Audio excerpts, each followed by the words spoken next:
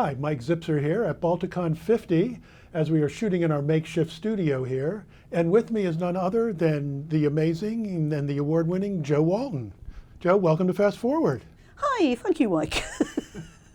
Now let's start talking about your latest books, your Thessaly trilogy, I believe you call it. Yeah. Once again, it is very different from everything else you've written, because you have a tendency to do that.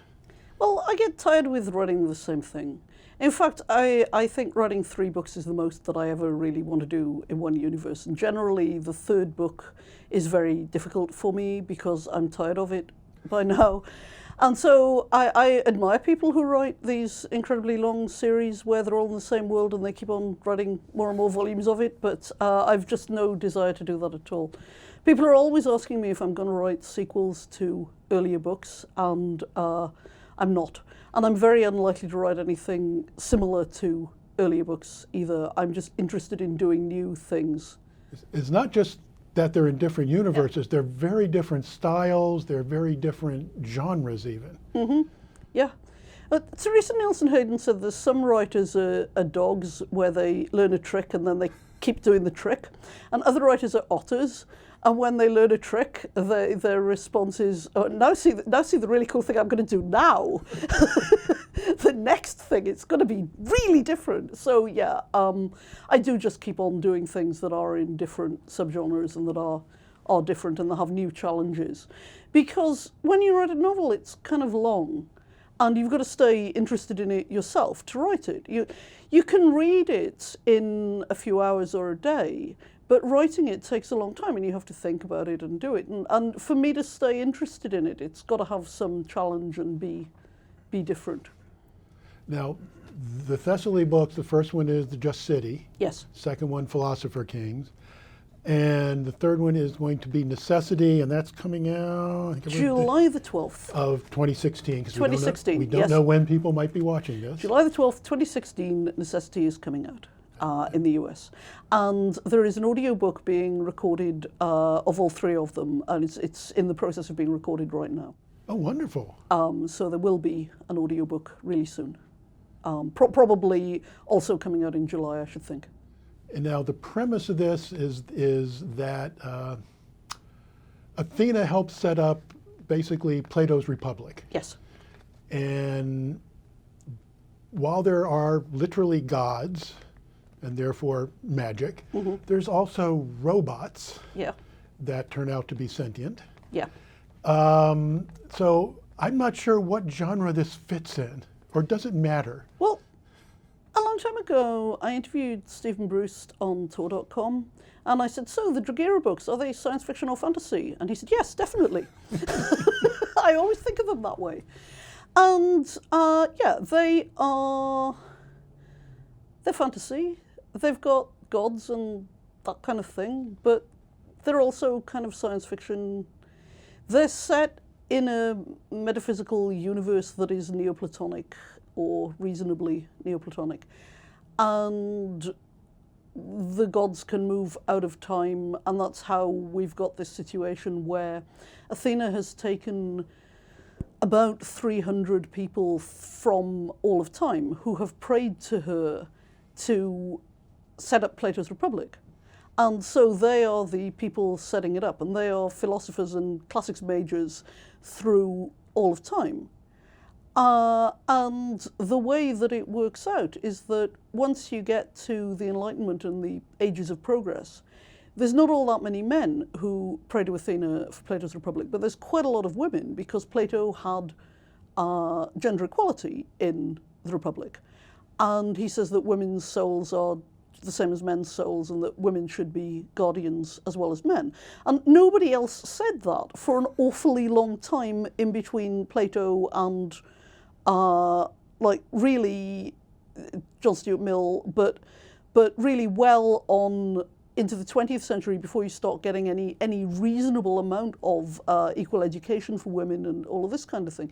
So you had individual women who were educated and read Plato in Greek and did pray to Athene. So most of the people from later periods are women which is quite an interesting skew to have on it. So there's about 300 people, and they all are the masters, and then they're doing Plato's Republic the way that Plato says. What Plato says is you take over an existing city and you get rid of everybody over the age of 10. But they can't do that, so what they do is they decide to buy 10,000 10-year-olds and set up Plato's Republic with 10,000 10-year-olds. And, you know, what could possibly go wrong? Yes. And the law of unintended consequences is taking place because by buying the children, they're creating a demand. Yeah. And that's one of the things, because one of the central issues of particularly the Just City is the issue of consent. And using that slavery thing of buying the slaves, which is not in Plato, but it allowed me to look at the consent issue in another angle. And I've got a whole bunch of ways that I'm looking at the issue of consent in that book. Yeah, it's fascinating. And it's one of those things where you start telling people you're writing a book about the goddess Athene and 300 philosophers and 10,000 slave children and a bunch of robots setting up Plato's Republic, and they laugh, okay? They laugh at you. But when you're doing it starts to feel like a perfectly normal thing, you know? And you still think, well, why hasn't anybody else done this? It's such an obvious subject. Why aren't there loads of books about people setting up Plato's Republic? Because there could be tons of them. Everybody could have written one. Voltaire could have written such a great one, you know. And so it seems to be to become a normal thing. And then that is one of the things that I used in the later books, where it is actually that quite old-fashioned thing, a generational saga. So the first novel is about these 10-year-olds starting off at the age of 10 up to about 18. But the second novel, Philosopher Kings, takes place 20 years later. Yeah, about that. And then the third book, Necessity, actually takes place 40 years after that. And they are generational. And that's quite an unusual thing to do these days, though people have done it, but it's not a normal thing to do. But I thought that way I would get an interesting amount of time to cover it. So by the third book, trying to do Plato's Republic has become normal to the people who are doing it. All of the masters are dead, all of the original philosophers. And the children they bought at the age of 10 are now about 80, because 60 years have passed. Yeah. And it's normal to be trying to do Plato's Republic. And at this point, they're getting to the point where they're going to have contact with wider humanity, for whom it is not normal to be setting up Plato's Republic. It's not really what Necessity is about, but it is one of the factors that is going on in Necessity. And you have, at least in the first two books, and I'm assuming it's going to go on in the third, 3 viewpoint characters in the chapters. Oh, no, I have four. Four in Necessity, yeah. And one of them that's the same in at least the first 2 books is you have Apollo, the god Apollo, who has incarnated himself as a mortal to live out a mortal life without his powers, as one of the viewpoint characters. And writing Apollo like that must have been a very interesting exercise. Do you think it's hubris to write Apollo's point of view? Because it is. I mean, it's I guess technically it is inarguably hubris. Yeah, it was a lot of fun. Writing Apollo was fun. I enjoyed doing it. And in the third book, he is a god again. He has come to the end of his mortal incarnation and died and become a god again and taken up his god powers. But he's still a point of view character.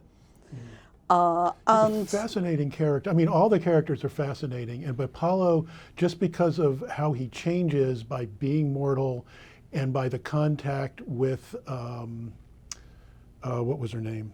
Samaya. Yeah. In the first book, who was another great character. Yeah. That arc of his was really interesting. Well, God Learns Lesson is not a story that you get to tell very often, so that was something that I thought was interesting. I got the idea when looking at Bernini's Apollo and Daphne statue, which is in the Borghese in Rome. And it's a wonderful statue. It is a wonderful dynamic statue of the moment that Daphne is turning into a tree. And Apollo is running, and he's very beautiful, and he is catching her at the moment where she is growing bark and leaves, and his hand is on her stomach, but it is on a tree, and her hands are becoming leaves, but her face is a human face. And it's this dynamic statue. It's wonderful. But his face is completely oblivious. But if it was actually motion, the next second he's going to be hitting the groin with a branch. Okay. And I saw this, and I thought two things. And one was, he's always been really nice to me, which is what you think when you hear that your friends have done something terrible.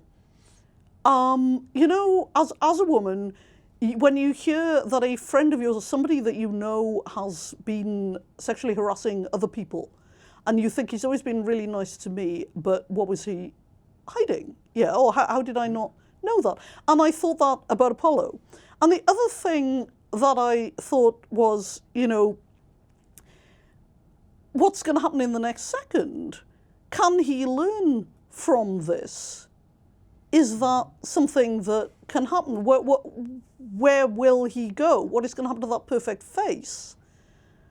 How is he going to deal with this? And when you look at the Ovid that describes this, there's nothing about that, except that he made the laurel crown, and he always wore a laurel crown after that, and it became his wreath for giving to victors. So you think, well, what does that, if poets wear laurel crowns, if Apollo gives laurel crowns, is he claiming the tree, or what does it mean? What level does that relate to? How does that work? And so I thought about that a lot, and I thought that this would be a poem. I read a lot of poetry, and I thought that these thoughts about Apollo would end up being a poem, and they ended up becoming part of this book, which was an idea. The idea of Plato's Republic and Time Travelers was one that I first had when I was 15. Right, I was reading that.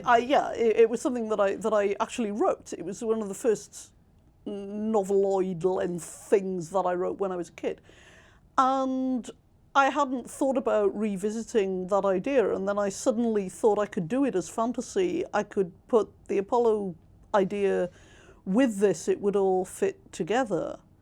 And that would be a very interesting thing to do. And then I couldn't wait to do it. But I was halfway through writing My Real Children, so I had to wait to do it. But it's a great incentive to finish a book when you've got another book that you're dying to write. And I actually started to write The Just City the day after I finished My Real Children. Wow. No there rest. Was no pause at all. It was the next day because I was really eager to write it. I guess the book was ready to get written. Yeah. Yeah. One of the things, well, actually, let me before I go into that thought, one of the characters I found really interesting in The Just City was Clymene. Yeah. Because she was somebody that had been born a slave, and she brings that up to the masters, well, to Maya, yeah, to say, I can't deal with this because I don't know how. I've always been a slave, and it's like PTSD. Yes. And I found that whole section of the book where they're working through that to be really, really fascinating. And it opened that character up beautifully. And I'm wondering, when you were writing this, was that idea there the whole time of her being like this, or what? Clymene, yeah. Yes, that was always in my conception of that character. I always know a lot more about characters than ever gets into the story, and particularly minor characters. And if I can write the dialogue, I could write their point of view. And it never gets in, but it's in my mind. And so, yes, I did know that about her foundationally. But it wasn't actually going to be in the book. And then I found a place where I could put it in, and I thought that it was an interesting thing to explore, because all of these children were bought as slaves, but the Simea had been captured as a slave, so she was only actually a slave for a couple of weeks, whereas Clymene's experience was growing up as a slave and having to realise as a young adult that she was in fact free, because her whole life where she'd been sort of free, and that she had been in a slave mentality. And Maya, who is a Victorian young lady who thinks that Plato is wonderful, is horrified at that thought.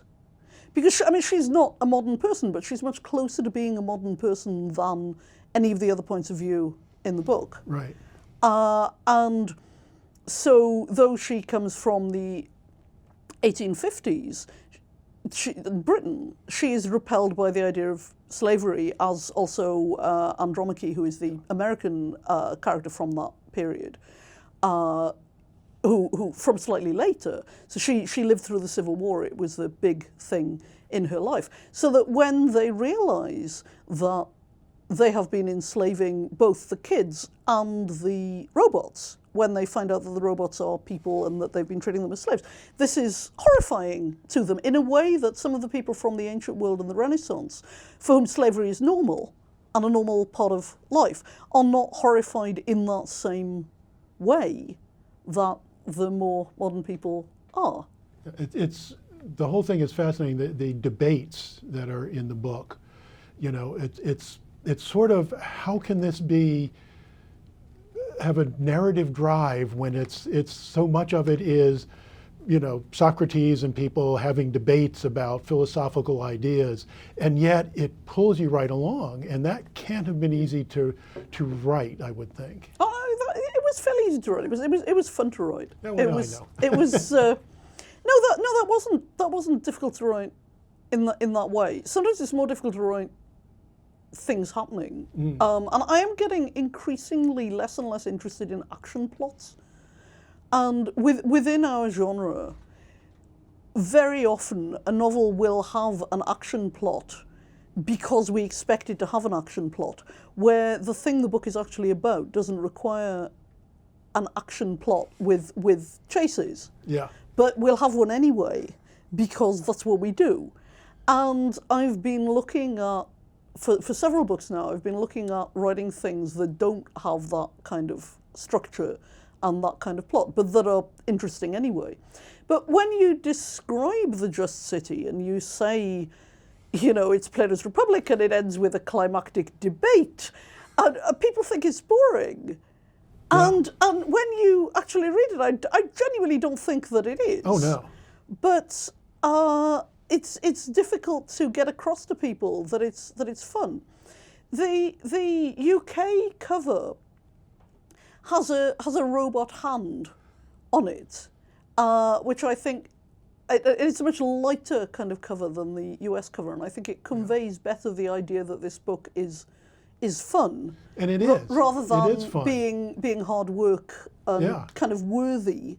Yeah. Though I also sort of love the US cover with a bit of School of Athens on it. Oh, so, yeah. That works too. We are running out of time. Right. And I just want to thank you. The Thessaly series is wonderful, but that's not unusual because I'm a fan of pretty much everything you write. Thank you. And we're out of time. I want to thank you so much for taking time out of what is a very busy schedule for you to come and join us here. Thank you. Well, thank you for having me. Yep. Well, that's it for this interview. And this is Mike Zipser for everyone at Fast Forward saying, take care.